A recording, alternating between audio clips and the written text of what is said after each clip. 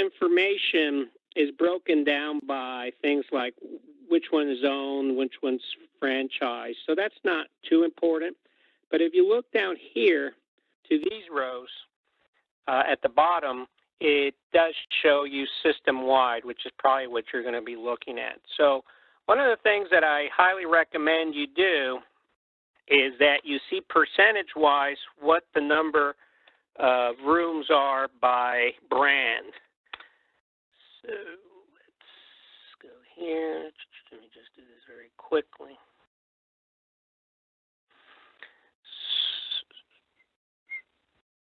Okay, so basically we can see that Sheraton and Westin are pretty much very dominant in North America. So when you're analyzing the data, make sure you're benchmarking against this, because if a lot of the usage, just to use an example, let's say 40% is 4 points, well, that means that probably Sheraton and Westin is not well represented as far as usage with the app. So that type of thing is important, that you bring in some data from the outside that's really relevant for you to be able to compare things.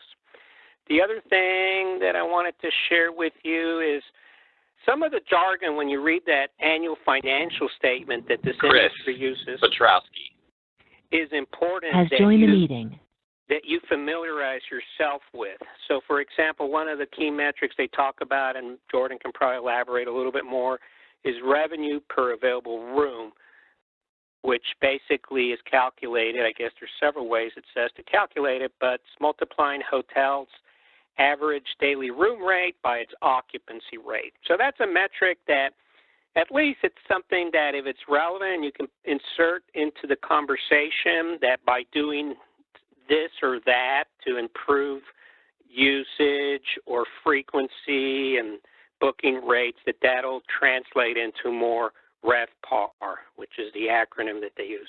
I think that shows that you have good domain knowledge, which is important.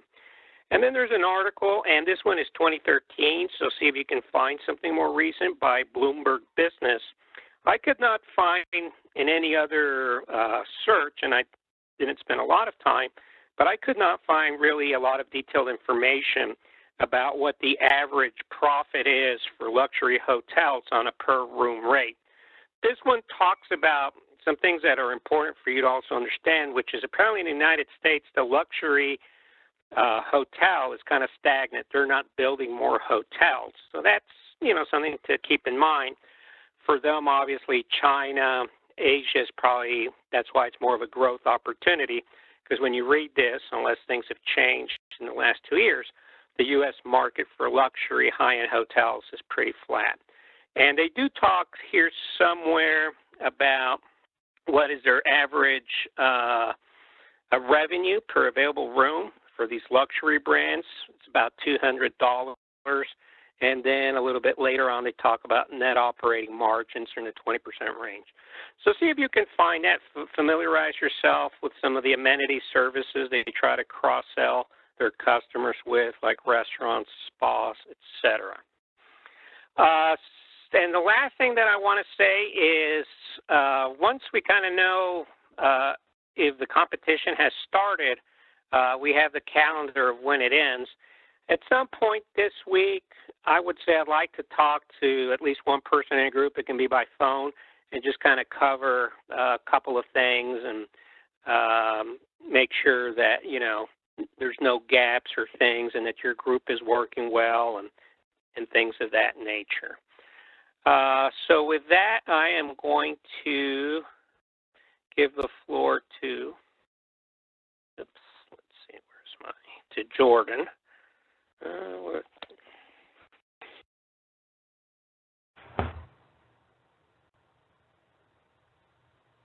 Okay, I'm going to stop sharing. And Jordan, I am going to, do you have anything to show, or are you just going to talk, Jordan? I don't necessarily have anything to show, but we may get into, depending on the questions you guys have, okay. we may get into some demo. I can get into our Southwest account. So I'm going to designate you as presenter in case you need it. So I'll give the floor to Jordan and take it from there. And let me Okay. just thank you so much, Jordan, and I really wish everybody would really appreciate the fact that Jordan's doing this. It's obviously not in his roles or responsibilities, and he's taking the time to help our teams out here at UTD. So thank you so much for that, Jordan. Yeah, no, I'm excited. I really wish I could be there in person with you guys tonight. I know y'all are spread out as well. But I was so excited. I was talking to Alex last night. I thought I couldn't participate with you guys based on the rules, but I'm glad that we got that all cleared up. And I was telling Alex, I really wish I could go into the data and do the project kind of as my own team because it sounds like a fun opportunity. I'm so used to spending my whole world in our Southwest data. So anyway, I don't have a ton prepared, really. I do have some thoughts that I'd like to stress. Is there any questions that we need to start off with off the bat that anyone wants to raise?